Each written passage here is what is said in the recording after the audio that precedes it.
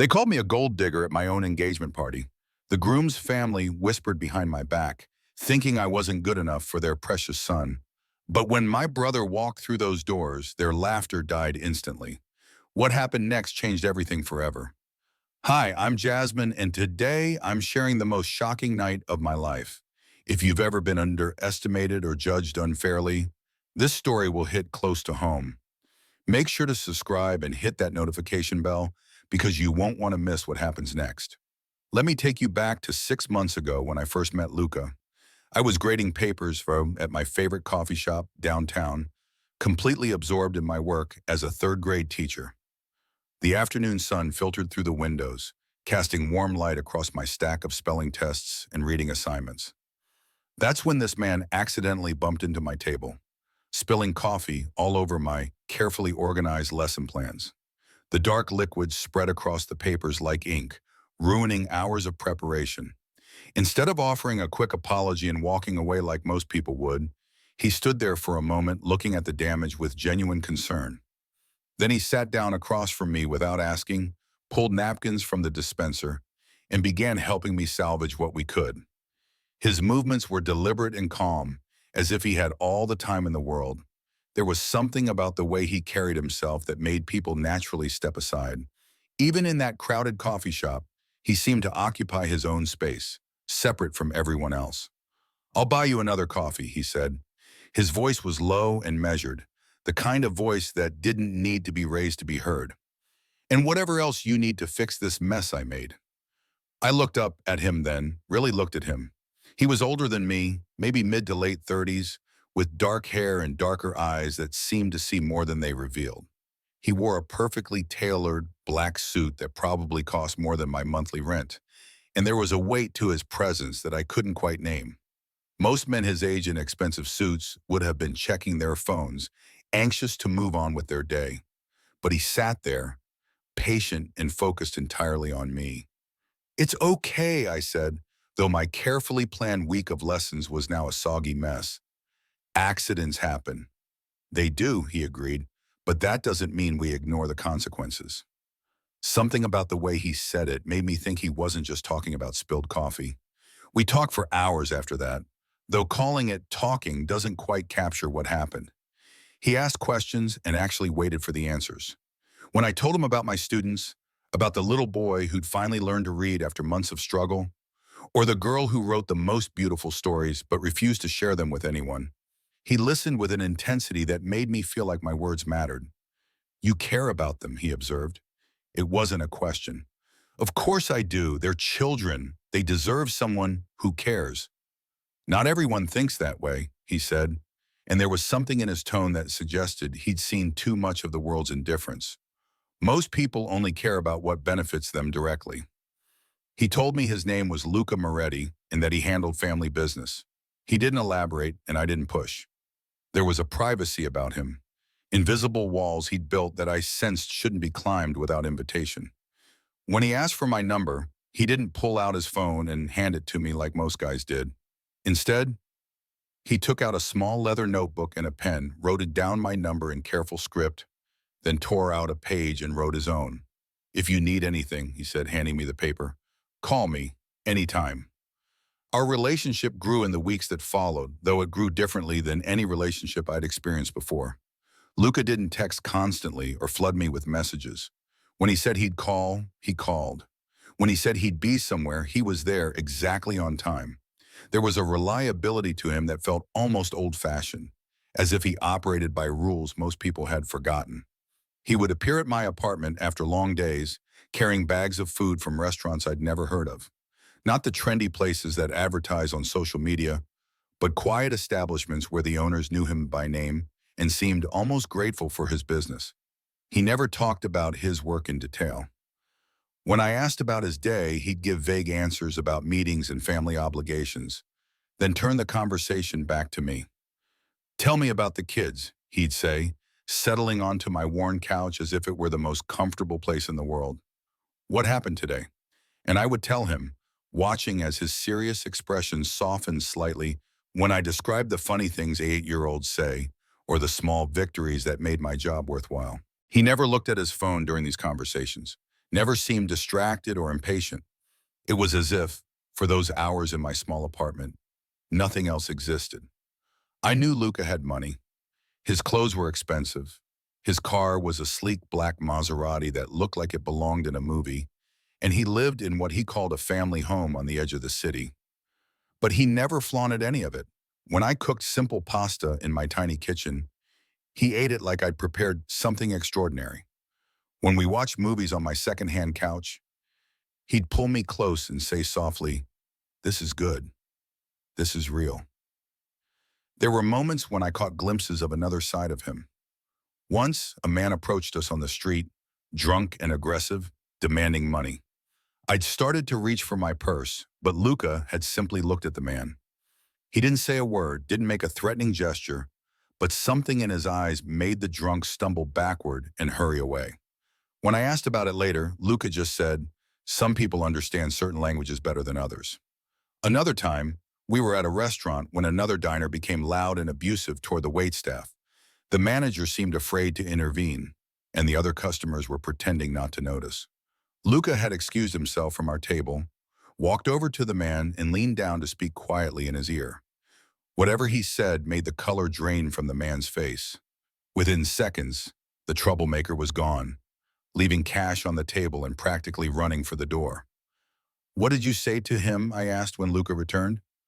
"I reminded him that actions have consequences," Luca replied calmly, cutting his steak with precise movements.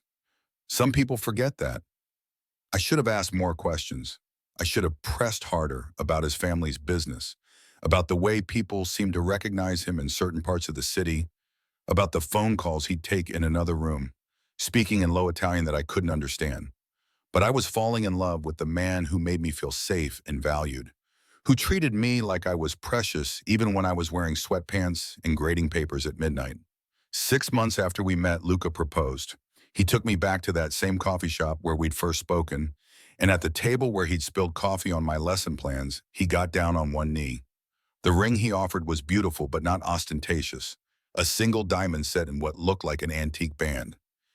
"Jasmine," he said, and the way he spoke my name made my heart skip. "You make me believe there's still anything good in this world. Will you marry me?" I said yes without hesitation, tears streaming down my face as he slipped the ring onto my finger. Around us, other customers applauded, but Luca's eyes never left mine. In that moment, I felt like the luckiest woman alive.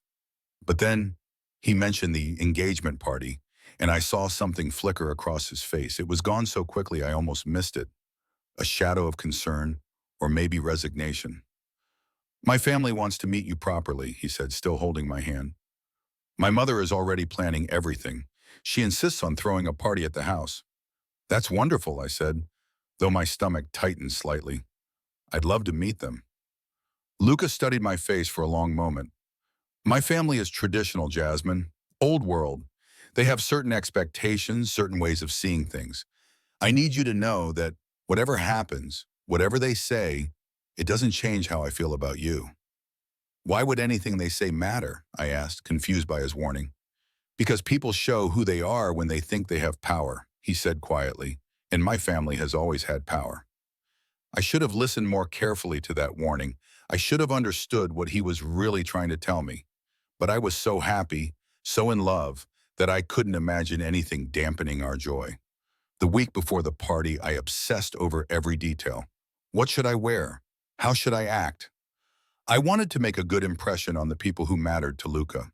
I finally chose a simple red dress, elegant but not too flashy. When I tried it on for him, Luca smiled, but there was sadness in his eyes. "You look beautiful," he said. "You always do. Just remember what I said. Be yourself and don't let them make you feel small." The drive to his family's home took us out of the city, through increasingly upscale neighborhoods until we turned onto a private road. The house, when it finally came into view, made my breath catch. It wasn't the modern glass and steel mansion I'd half expected. Instead, it was an imposing stone structure that looked like it had stood for generations. Dark brick, heavy wooden doors, narrow windows that seemed to watch our approach. The gardens were immaculately maintained but had a formal severity to them, with sculpted hedges and stone fountains that spoke of old money and older traditions. Wow, I whispered, suddenly feeling very small in my department store dress. Luca parked the Maserati in a circular driveway already filled with expensive cars, BMWs, Mercedes, even a Rolls-Royce. But they were all dark colors, black or deep blue or charcoal gray. Nothing flashy or attention-seeking. It's just a house, Luca said, but his jaw was tight. Just walls and rooms. And your family, I added. And my family, he agreed, his voice carrying a weight I didn't fully understand. He came around to open my door, a gesture he always made, and took my hand. His grip was firm, almost protective, as we walked toward those massive front doors. They opened before we reached them, as if we'd been watched from inside. The interior was even more imposing than the exterior. Dark wood paneling covered the walls, and the lighting came from amber-shaded lamps and what looked like actual candles in wall sconces. The air smelled of leather, old books, and cigar smoke. Oil paintings in heavy frames lined the hallways, portraits of stern-looking men and elegant women who all shared Luca's dark eyes and strong features. This wasn't just a house. It was a legacy, a fortress, a place where power had been accumulated and protected for generations. The foyer was filled with people, and they all turned to watch as we entered. The women wore jewelry that caught the amber light, diamonds and gold that looked like family heirlooms rather than recent purchases. The men stood with a particular kind of confidence, the kind that comes from never having to prove anything to anyone. They held glasses of dark liquor and spoke in low tones that stopped when we appeared. A woman detached herself from a group near the grand staircase and glided toward us. She had to be Luca's mother. She had his eyes, that same dark intensity, but where Luca's gaze could be warm when he looked at me, hers was calculating and cold. Her silver hair was styled perfectly, and she wore a cream-colored dress that probably cost more than my car. Diamonds glittered at her throat and wrists, but they seemed less like adornment and more like armor. "Luca," she said, kissing both his cheeks in the European manner. Then she turned to me, and I felt her assessment like a physical touch, noting every detail of my appearance and finding it wanting. "And this must be Jasmine." "Mother, this is my fiancée, Jasmine." "Jasmine, my mother, Patricia Moretti." "Mrs. Moretti," I said, offering my hand. She took it briefly, her grip light and dismissive. "Patricia, please, we're going to be family after all." Her smile didn't reach her eyes. "Luca has told us so much about you. A teacher, isn't that right?" "Yes, third grade. I love working with children." "How noble," Patricia said, in a tone that made nobility sound like a character flaw. "It must be very rewarding, if not particularly profitable." Before I could respond, a younger woman appeared at Patricia's elbow. She had to be Luca's sister. She had the same dark hair and strong features, but where Luca's face could be gentle, hers was sharp with judgment. "So you're the elementary school teacher," she said, making it sound like an insult. "I'm Amanda, Luca's sister." I have to say, when Luca said he was bringing someone, I expected someone more suited to our family. "Amanda," Luca's voice carried a warning, but she ignored it. "What? I'm just being honest. We have certain standards, certain expectations. Teaching children their ABCs is very sweet, but it's hardly preparation for this world." I felt my face flush, but I kept my voice steady. "I teach much more than ABCs. I help children develop critical thinking skills, creativity, and confidence." "Of course you do," Amanda replied with a patronizing smile. "How fulfilling that must be for you. Such simple pleasures." Luca stepped closer to me, his presence solid and protective. "Jasmine is excellent at what she does. Her students love her, and she makes a real difference in their lives." "I'm sure she does," Patricia interjected smoothly. "Teaching is such important work. Essential, really, even if it isn't particularly lucrative or prestigious." The words hung in the air, their meaning crystal clear. I wasn't wealthy enough, wasn't important enough, wasn't good enough for their son. And this was just the beginning of the evening. As more relatives and family friends were introduced, the pattern repeated itself. Each conversation felt like an interrogation, each question designed to highlight how different my world was from theirs. Where did I go to school? A state university? Where did my parents work? My father was a mechanic, my mother a grocery clerk. Where did I live? A modest apartment across town. Each answer seemed to confirm their worst suspicions about me. An older man who Luca introduced as his Uncle Gerald was particularly direct after he'd had several glasses of what looked like expensive scotch. "So your people aren't in business then?" he asked, his words slightly slurred. "My father owns his own auto repair shop," I said, trying to find some common ground. "He's been self-employed for 20 years. Gerald laughed, a harsh sound. "A repair shop. Well, I suppose that's entrepreneurial in its own way. Different from what we do, of course. Our family has been in business for 4 generations. Real business, you understand. The kind that builds empires. Every honest job has value," I replied quietly. "Honest," Gerald repeated, as if the word was amusing. "Yes, I suppose that's important to people in your position. When you don't have much, you have to hold on to your principles, don't you?" Luca appeared at my side then, his hand finding the small of my back. "Uncle Gerald has had enough to drink," he said, his voice pleasant, but with an undertone that made Gerald's smile falter. "Perhaps you should get some air." Gerald muttered something and wandered away, but the damage was done. I could feel eyes on me from every corner of the room, assessing, judging, finding me lacking. I excused myself and made my way to what looked like a powder room, needing a moment alone to compose myself. The bathroom was as elegant as the rest of the house, with marble counters and gold fixtures. I stared at my reflection in the ornate mirror, trying to see what Luca saw in me, trying to understand why these people couldn't see it too. The door opened behind me and Patricia entered. We were alone for the first time since I'd arrived. "Jasmine," she said, her voice softer now, but somehow more dangerous. "I hope you're not letting the family overwhelm you. We can be intense when we're all together."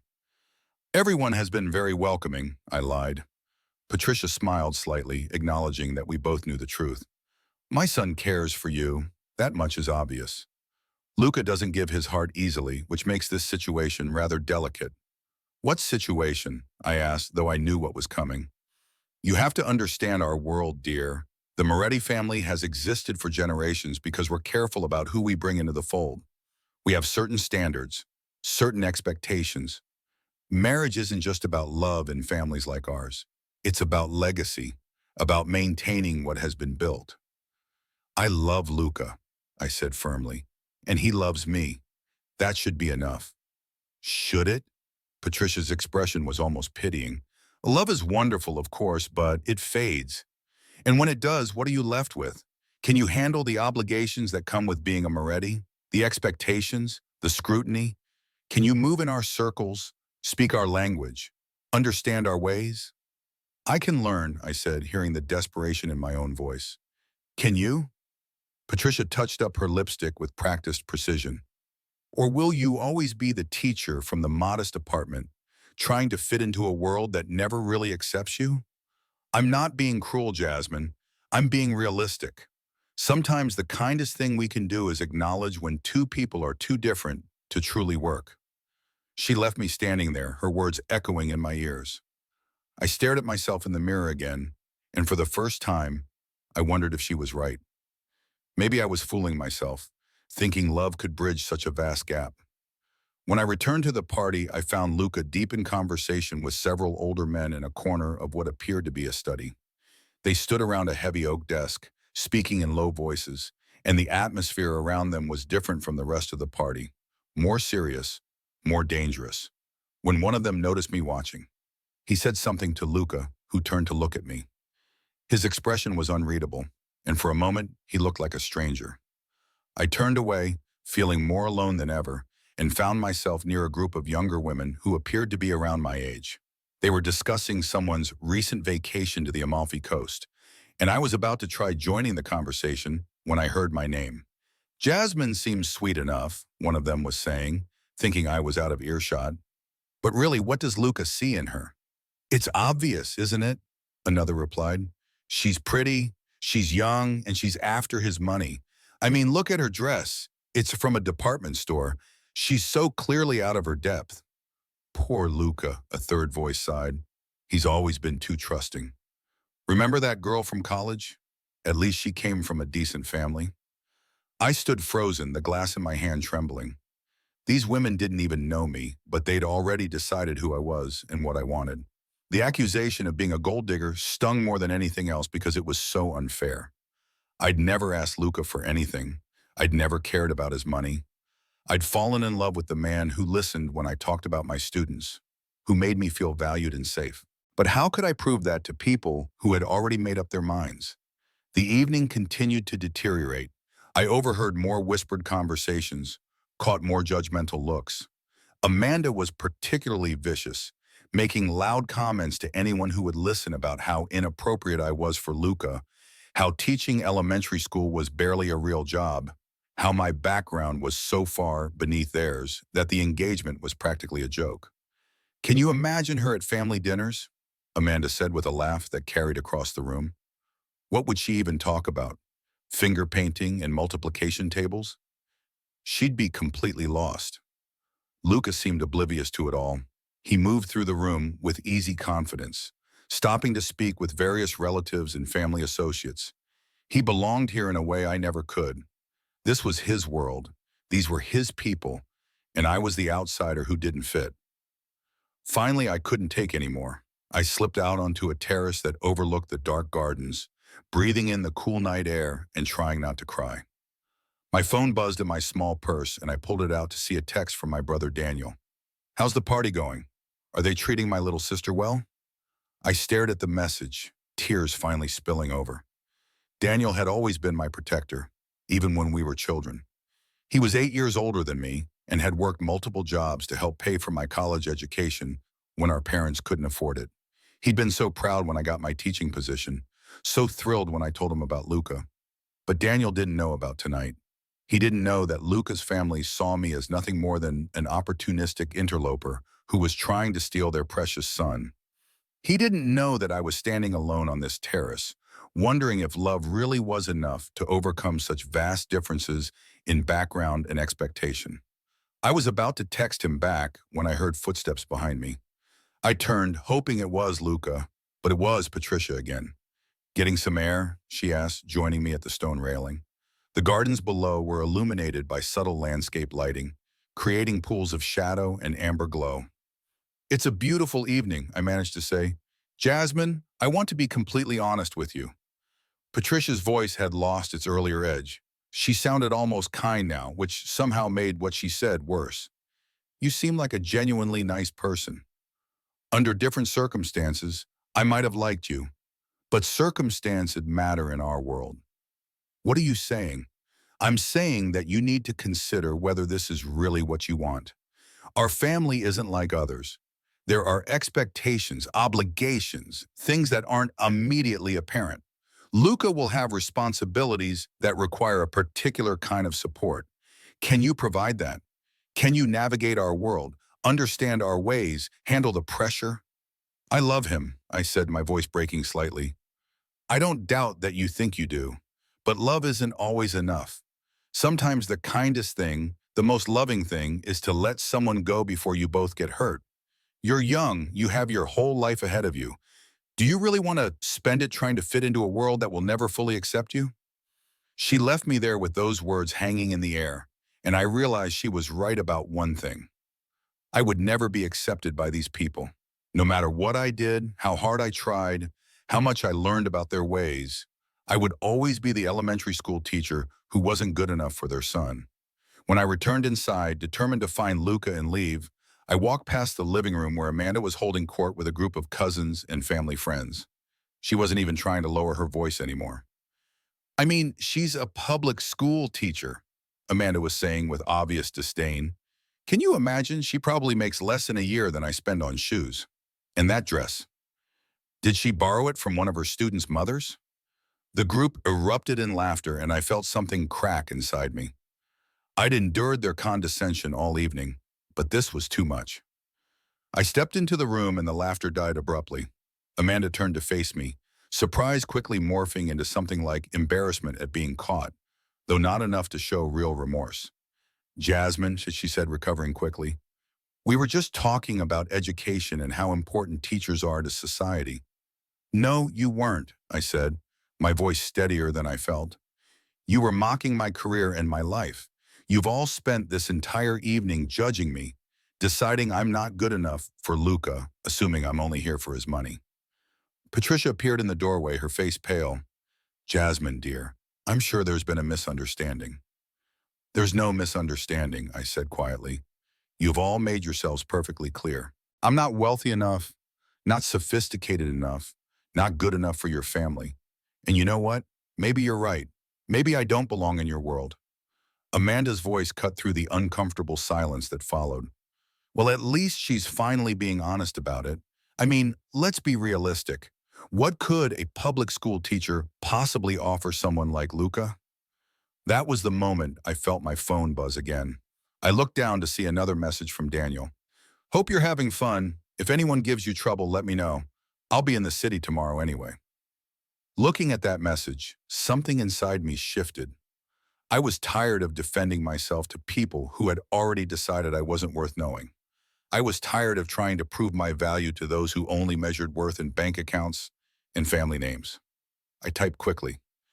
Actually, could you come now? I could use some support. His response was immediate. On my way, give me the address. I sent him the location and then looked up at the room full of people who had spent the evening tearing me down. I think I'll wait for my ride outside, I said quietly. Jasmine, please, Patricia said, her voice taking on a note of concern. Let's not be hasty. We can discuss this rationally. But I was done discussing. I was done trying to prove myself. I walked toward the entrance, aware of the whispers starting behind me, the speculation about what had just happened. Luca finally appeared, pushing through the crowd. Jasmine, what's going on? What happened? Ask your family, I said, not stopping. Ask them what they've been saying about me all night while you were busy with your business associates. Wait, please, he said, catching my arm gently. Don't leave like this. I looked at him, this man I'd thought I loved, and saw the confusion in his eyes. He genuinely didn't understand what had been happening under his own roof. He hadn't noticed his family systematically destroying me while he'd been occupied elsewhere. I need some air, I said. My brother is coming to get me. Daniel, Luca looked surprised. I didn't know he was in town. Neither did I said, but he's coming now. I walked outside and stood in the circular driveway, the cool night air helping to clear my head. Behind me, I could hear raised voices in the house. Luca was apparently finally confronting his family about their treatment of me, but it was too little, too late.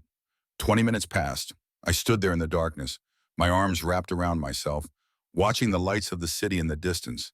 Then I saw headlights turning onto the private road that led to the estate.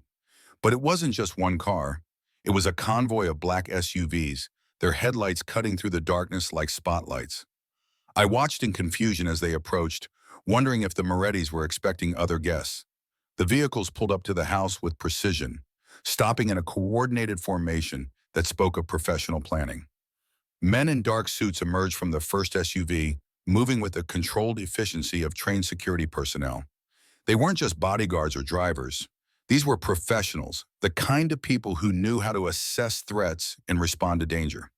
The passenger door of the second SUV opened, and my brother Daniel stepped out. But this wasn't the Daniel I was used to seeing in casual clothes when he visited my apartment. This was Daniel in his full professional capacity. He wore a perfectly tailored charcoal suit that probably cost more than Luca's. His presence commanded immediate attention, and the security personnel around him moved with the kind of practiced coordination that came from working together extensively. You see, there was something I hadn't told Ryan's family about my background, something I'd kept private because I wanted to be loved for who I was, not for who my brother was. Daniel wasn't just my protective older brother. He was Daniel Chen, CEO and founder of Chen Industries, one of the most successful technology companies in the country. He'd built his empire from nothing, starting with a software company in his college dorm room and growing it into a multinational corporation worth billions. His company had revolutionized data security, and his name carried weight in boardrooms around the world. But to me, he was still just Daniel, the brother who'd helped me with my homework, who'd taught me to ride a bike, who'd been there for every important moment of my life. He'd always insisted that I live my own life, make my own way, never use his name or wealth as a shortcut. He wanted me to be valued for myself, not for my connection to him. As Daniel approached, I saw movement inside the house. People were gathering at the windows, trying to see what was happening. Through the glass, I could see confusion turning to recognition, turning to panic as someone identified who had just arrived. Daniel spotted me immediately, and his serious business expression softened into a genuine smile. He walked over and pulled me into a hug, not caring that we were being watched by a house full of people who'd spent the evening judging me. "Hey, little sister," he said softly. "Rough night?" "Something like that," I managed. "Well, let's go inside and meet these people who've been making you feel unwelcome, shall we?" As we walked toward the entrance, I could hear the buzz of conversation inside growing louder. Someone had obviously recognized Daniel, and word was spreading through the party like wildfire. The massive front doors opened before we reached them, and Patricia stood there, her face pale with shock. Behind her, the foyer was filled with people, all of them staring with expressions ranging from confusion to horror. "Mr. Chen," Patricia stammered, her usual composure completely shattered. "We weren't expecting, I mean, we didn't realize, we had no idea that Jasmine was your—" "My sister," Daniel said calmly, his arms still around my shoulders. "Yes, I imagine that might have changed how you treated her this evening." The silence that followed was absolute. I could see Amanda in the background, her face white with shock. Other guests were whispering frantically to each other, the implications of the situation becoming clear. Luca pushed through the crowd, his expression showing complete shock. "Daniel Chen," he said, his voice barely above a whisper. "You're Jasmine's brother." "I am," Daniel replied, his tone pleasant but with an underlying edge. "And I understand there's been some confusion tonight about my sister's worth and intentions." Patricia was desperately trying to recover. "Mr. Chen, if we had known who Jasmine was, I mean, her connection to you, we certainly would have, that is, we never intended any disrespect." "Didn't you?" Daniel's question was quiet, but it carried clearly through the hushed room. "Because from what I understand, you've spent the evening questioning my sister's motives, mocking her career and suggesting she's not good enough for your family. You did all that without knowing who she was connected to. The question is, would you have done it if you'd known?" The crowd in the foyer parted as more people pushed forward to witness this confrontation. I could see the panic in their eyes as they realized they'd been insulting the sister of one of the most powerful men in the country, a man whose company did business with corporations around the world, a man who had influence in circles these people desperately wanted to access. Amanda finally found her voice, though it shook. "Mr. Chen, we didn't know. If we had realized who Jasmine was, we never would have—" "Who she was?" Daniel's voice remained calm, but there was steel underneath. "She's exactly who she's always been. A dedicated teacher, a caring person, a woman who works hard and loves deeply. The only thing that's changed is that now you know her last name carries weight in certain circles."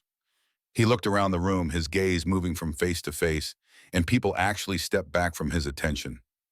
"My sister chose not to use our family name or wealth because she wanted to be valued for who she is, not what she has access to. She wanted to build her own life, make her own way. I respected that choice, even though it meant watching people judge her unfairly, watching people like you make assumptions based on nothing but your own prejudices." Patricia tried again. "Mr. Chen, please understand, we had no way of knowing. If Jasmine had mentioned her family background, why should she have to?" Daniel's question cut through her excuses. "Why should anyone have to prove their worth through their family's achievements? My sister is valuable because of who she is, not because of who I am." He turned to address the entire room. "I've spent my career building something from nothing. I started with an idea in a college dorm room and turned it into a company that employs thousands of people. And through all of that, I've learned one essential truth. Character isn't measured by bank accounts or family names. It's measured by how you treat people, especially people you perceive as having less power than you." The silence in the room was oppressive. These people who I had spent the evening so confident in their own superiority were now faced with the reality that they had revealed their true characters to someone who could significantly impact their business and social lives. "What disappoints me most," Daniel continued, his voice quieter now, but somehow more impactful, "is that you couldn't see what I see when I look at my sister. I see someone who has dedicated her life to helping children, who works long hours for modest pay because she believes education matters. I see someone with integrity, compassion, and strength. Someone who chose to be a teacher, not because she had no other options, but because she genuinely wanted to make a difference in children's lives. He looked directly at Patricia. Instead, you saw someone to be dismissed. Someone whose worth could only be measured by her bank account and her family's social standing. You couldn't see past your own limited worldview to recognize the remarkable woman standing in front of you. And that says far more about you than it does about her. Amanda, who had been so cruel earlier, was visibly shaking now. Mr. Chen, I'm so sorry. I never meant to. I didn't realize. You meant exactly what you said, Daniel replied, his tone matter-of-fact rather than angry, which somehow made it worse. You meant to make my sister feel small and unwelcome. You meant to suggest she was here for money rather than love. You meant to mock her career and her life choices. The only thing you didn't mean was to be held accountable for it. Luca finally spoke up, his voice thick with emotion. Jasmine, I'm so sorry. I had no idea they were treating you this way. I should have noticed, should have protected you. I looked at Luca, at this man I'd thought I loved, and felt a clarity I hadn't experienced all evening. The problem isn't that you didn't know about my brother Luca. The problem is that you didn't defend me when your family was tearing me apart.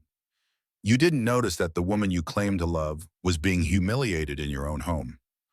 The truth of my words hit him visibly, and he took a step back as if I'd physically struck him. I'm proud of you, Jasmine, Daniel said, squeezing my shoulder gently. You've handled this with more grace than they deserved. He looked back at the assembled crowd. I want to be clear about something. My sister doesn't need my money or my influence to be worthy of respect. She's worthy of respect because she's a good person who makes the world better through her work and her character. The fact that she's connected to wealth and power is irrelevant to her value as a human being. Patricia made one last desperate attempt at damage control. Mr. Chen, please understand, we have the utmost respect for your sister. Perhaps we can start over, have dinner, get to know each other properly under better circumstances. I don't think so, Daniel said firmly. You've already shown who you are. You only value my sister now because you know she might be useful to you. That's not respect. That's opportunism, and it's exactly what you accused her of. He turned to me. Ready to go home? I nodded, feeling a weight lift from my shoulders. As we walked toward the door, I could hear the frantic whispers starting behind us. These people were already calculating the damage, wondering how this evening would affect their social standing in business and relationships. But I didn't care anymore. I was done trying to prove myself to people who would never truly accept me for who I was. I was done pretending that their approval mattered more than my own self-worth. As we reached the SUV, I turned back to look at the house one last time. Through the windows, I could see the party guests still gathered in the foyer, their faces showing shock, embarrassment, and fear. Luca appeared in the doorway calling my name, but I didn't stop. Some relationships, once broken by fundamental disrespect, can't be repaired. Daniel held the car door open for me. You know, he said with a slight smile, I was looking forward to meeting your fiancé. Too bad he couldn't be bothered to defend you when it actually mattered. As we drove away, I felt something I hadn't felt all evening. Peace. The people at that party had shown me exactly who they were, and I was grateful for the lesson, however painful it had been. I deserve better than conditional acceptance. I deserve better than people who only valued me for my connections. And most importantly, I deserve better than a man who would stand by while his family attacked the woman he claimed to love. The next morning, I returned the engagement ring by messenger, along with a simple note written on plain stationery. I hope you find someone your family considers worthy. I hope I find someone who knows I already am. The weeks that followed were difficult. I had to process the end of a relationship I'd thought would last forever. Had to come to terms with how badly I'd been treated. Had to rebuild my sense of self-worth that had been so thoroughly attacked that night. But with each day that passed, I felt stronger, more certain that I'd made the right choice. Daniel checked on me frequently, but he never said I told you so. He never criticized my choice to keep our relationship private or suggested that things might have been different if I'd used his name from the start. He understood, better than most people could, why I'd wanted to be valued for myself rather than for my connections. You did the right thing, he told me one evening over dinner at my apartment. Anyone who can't see your worth without a net worth statement isn't worthy of you. 3 months later, I met someone new. His name was Marcus, and he was a fellow teacher at a neighboring school. We met at an educational conference, bonding over our shared passion for helping struggling readers. When I told him about my brother on our third date, his reaction was interested but not intimidated. "That's impressive," he said. "He must be very proud of you." "He is," I replied. "But what about you? Does it bother you that my brother is wealthy and influential?" Marcus thought about it seriously. "It's part of who you are, part of your family, but it's not who you are, if that makes sense. You're a teacher who cares about her students. That's what I see when I look at you. That's what I'm interested in." When I finally introduced Marcus to Daniel, watching them shake hands and start talking about education policy and childhood literacy, I knew I'd found something real. Daniel approved, not because Marcus was intimidated by his wealth or trying to use the connection, but because Marcus genuinely valued me for who I was. "He's good," Daniel said later, after Marcus had left. "He sees you. That's rare." And that's the difference between genuine respect and conditional acceptance. Real love doesn't need a background check or a net worth statement to prove its validity. Real love sees the person, values their character, respects their choices. Real love doesn't wait to find out who someone is connected to before deciding they're worthy of basic human dignity. Looking back on that night at the Moretti estate, I realize it was one of the most valuable experiences of my life, even though it was painful. Those people showed me exactly who they were when they thought I had no power. They revealed their prejudices, their shallow values, their conditional acceptance.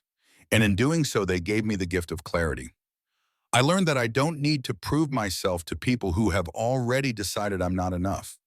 I learned that my worth isn't determined by other people's opinions or their acceptance. I learned that the right person will see my value without needing a list of credentials or connections. Sometimes the people who underestimate you end up learning the hardest lessons. The Morettis learned that night that appearances can be deceiving, that the quiet elementary school teacher they dismissed had connections that could have benefited them tremendously. But more importantly, they learned something about themselves, about their own prejudices and shallow values. I heard later through mutual acquaintances that the story of that evening spread through their social circles, that the Moretti family became something of a cautionary tale about the dangers of judging too quickly, of valuing appearance over character, of treating people as less than simply because they didn't have obvious wealth or status. I don't take pleasure in their embarrassment. I'm not happy that they suffered social consequences for their behavior, but I do take comfort in knowing that maybe, just maybe, they think twice now before dismissing someone based on superficial judgments. Maybe they learned something about respect and human dignity. As for Luca, I heard he eventually married someone from another old family, someone who fit easily into his world. I hope he's happy. I hope he found what he was looking for. But I also hope he learned something from our relationship, something about the importance of defending the people you love, of noticing when they're hurting, of standing up for them, even against your own family. My life now is exactly what I wanted it to be. I teach my students, I love my work, and I'm building a life with someone who values me for exactly who I am. Daniel is still my protector, still my champion, but now I don't need him to defend me. I've learned to defend myself, to know my own worth, to walk away from situations and people that don't serve my highest good. If this story resonated with you, I hope it reminds you of your own worth. Your value isn't determined by your bank account, your family name, or other people's opinions of you. Your value is inherent, unchangeable, based on your character and your actions and the love you bring to the world. Never let anyone make you feel less than you are. And if they do, remember that their judgment says everything about them and nothing about you. Walk away with your head high, knowing that the right people will see your worth without needing proof. The right people will value you for who you are, not for what you have or who you're connected to. That's the lesson I learned that night, standing in that imposing house surrounded by people who thought they were better than me. I learned that I don't need their approval. I never did, and neither do you.